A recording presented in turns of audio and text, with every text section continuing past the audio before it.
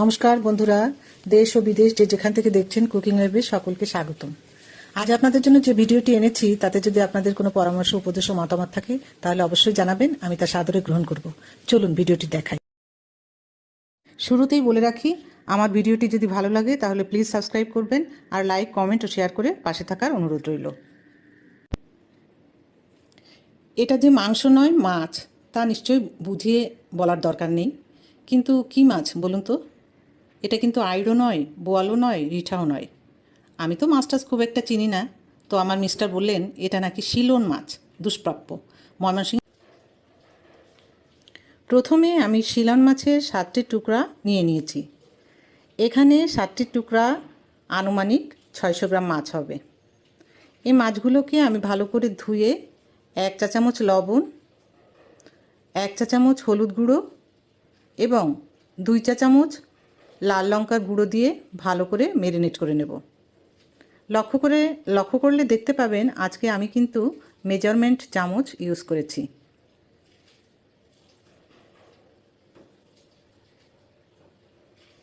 সবগুলো উপকরণ দিয়ে আমি ভালো করে ম্যারিনেট করে আধা ঘন্টার জন্য সরিয়ে রাখব। আর এখানে আমি কিছুটা ধনেপাতা কুচিয়ে নেব আর হাফ কাপ পেঁয়াজ কুচি করে কেটে নেব, যেটা অফলাইনে চলে গেছে, আপনাদের আমি দেখাতে পারিনি। এখানে শুধু ধনেপাতা কুচিটাই দেখালাম।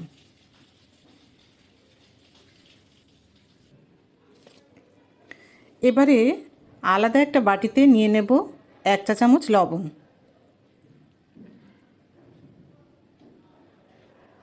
নিয়ে নেব 1 চা চামচ হলুদ,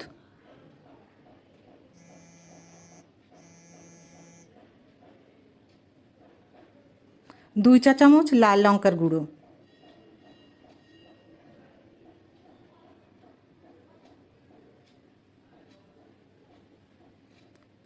2 চা চামচ জিরে গুঁড়ো,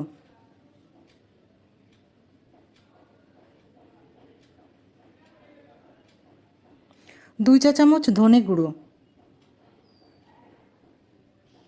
ও আগে থেকে পেস্ট করে রাখা আদা, রসুন ও কাঁচা লঙ্কার পেস্ট থেকে 4 টেবিল চামচ নিয়ে নেব।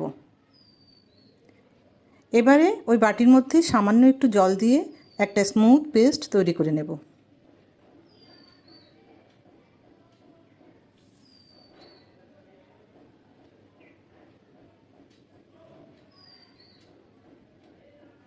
এবার বাটিটা আমি একপাশে সরিয়ে রাখব। এবার খুদেদের একটু দেখে নিন। আমার রান্নাঘরের সামনেই মন্দিরের ছাদে ওদের খেলার জায়গা। ওদের সঙ্গে আমার ভীষণ ভাব, কত যে কথা, কত কাজ, ওদের ভীষণ ব্যস্ত। তো যাই হোক, আমি সবগুলো উপকরণ যেভাবে রেডি করে দিয়েছি সেভাবে যদি কেউ রান্নার আগেই সবগুলো উপকরণ রেডি করে নেয় তাহলে আমার বিশ্বাস যে কেউ এই রান্নাটা করতে পারবে। সব কিছু রেডি করে নিলে রান্নাটা ওয়ান টু ব্যাপার হয়ে যাবে। প্রথমে গ্যাসে কড়াই চাপিয়ে গ্যাস অন করে নেব। তারপর কড়াইটা ভালো মতো গরম হবে এবং ওর মধ্যে দিয়ে দেব তেল। মাছ ভুনা করতে গেলে কিন্তু স্বাস্থ্যের কথা চিন্তা করলে রান্না ভালো হবে না, তাই পর্যাপ্ত তেল দিয়ে মাছগুলো মিডিয়াম আঁচে এপিট ওপিট করে ভেজে তুলতে হবে। মানে মাছটা খুব কড়াও হবে না, আবার খুব নরম রাখাও চলবে না। আমি এখানে সূর্যমুখী তেল ইউজ করছি, আপনারা সর্ষের তেল বা সয়াবিন তেল যে কোনোটা ব্যবহার করতে পারবেন। আমি সবগুলো মাছ একবারে ভেজে তুলেছি, তবে নতুনরা একবারে সবগুলো মাছ দিতে যাবেন না, তাহলে ভেঙে যাবে। কেননা মাছটা খুব নরম,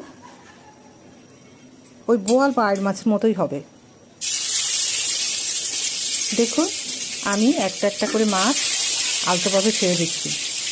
কড়াইটা ও তেলটা পর্যাপ্ত গরম হওয়ার কারণে মাছগুলো কিন্তু লেগে যাচ্ছে না।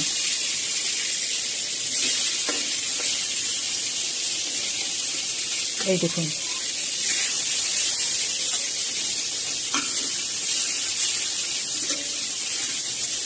মিডিয়াম আঁচে সবগুলো মাছ ধীরে ধীরে ভেজে নিতে হবে।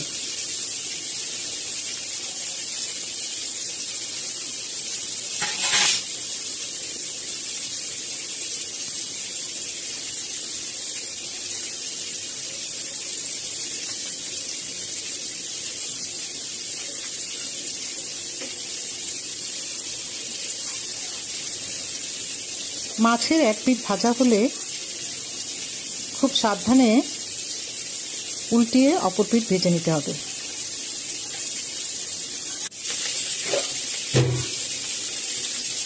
এই কাজটি করতে হবে খুবই সাবধানে। একটু দেখে নিন।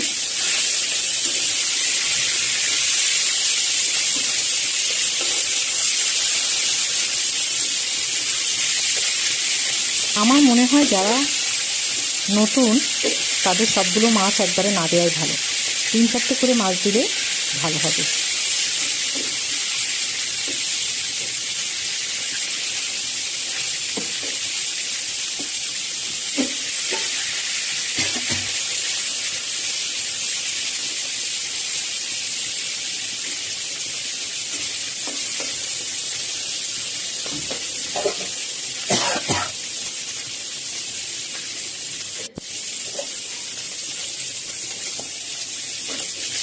সবগুলো মাছ এপিট ওপিট করে লাল করে ভাজা হলে মাছগুলো আমি একটা পাত্রে তুলে নেব।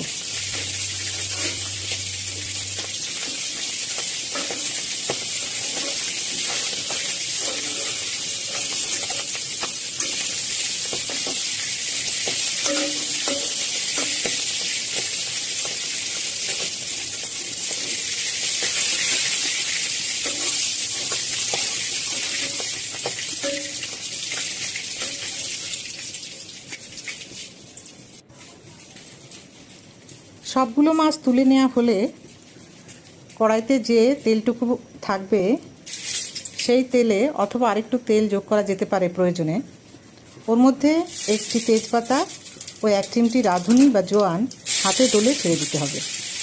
এই রাঁধুনি বা জোয়ান দিলে পেটের জন্য খুব ভালো হয়, হজমে সহায়তা করে। এরপর ওই তেলে দিয়ে দিতে হবে 1/2 কাপ কুচনো পেঁয়াজ। পেঁয়াজটা তেলে দিয়ে মিডিয়াম আঁচে অনবরত নেড়ে নেড়ে লাল করে ভাজতে হবে। পেঁয়াজ যতক্ষণ না পর্যন্ত লাল লাল হচ্ছে ততক্ষণ পর্যন্ত পেঁয়াজ ভাজতে হবে। পেঁয়াজে লালচে রং ধরলে সেই আগে থেকে পেস্ট করে রাখা মশলা দিয়ে কষাতে হবে। দেখুন পেঁয়াজটা আরেকটু হবে।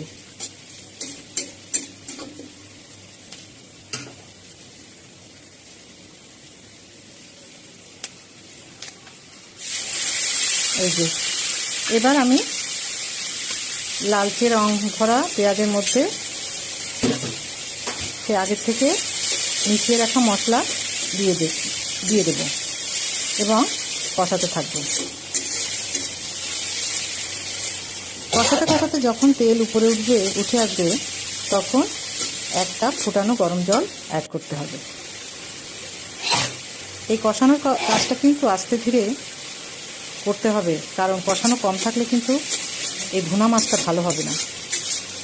ভুনা মাছের মশলা যত কষানো হবে ততই ভালো লাগবে এবং কষাতে কষাতে তেলটা উপরে উঠে আসবে। দেখুন আমার প্রায় হয়ে গেছে।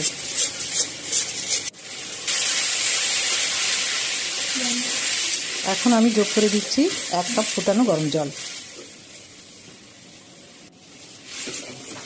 জলটা আপনারা আপনাদের পছন্দ অনুযায়ী দিতে পারেন। ঝোলটা ভালো মতো ফুটে উঠলে আমি আগে ভেজে রাখা মাছগুলো ওর মধ্যে দিয়ে দেব।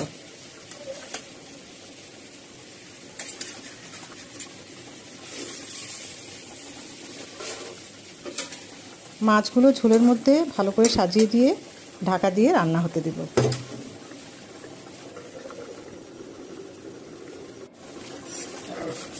এরপর ঝোল শুকিয়ে যখন ঘন হয়ে আসবে তখন আমাদের মাছ ভুনা রান্না হয়ে যাবে। সবশেষে ধনেপাতা দিয়ে ঢেকে রাখতে হবে,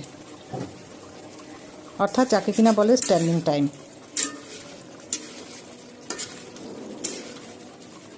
দেখুন এবারে আর বলবো না, করে খেয়ে দেখবেন, কারণ মাছটা কিন্তু সহজলভ্য নয়। এই যে খুদেদের বাবা এসে গেছে ওদের নেয়ার জন্য। যাই হোক, আমি আপনাদের এই মাছটা দেখাতে পারিনি।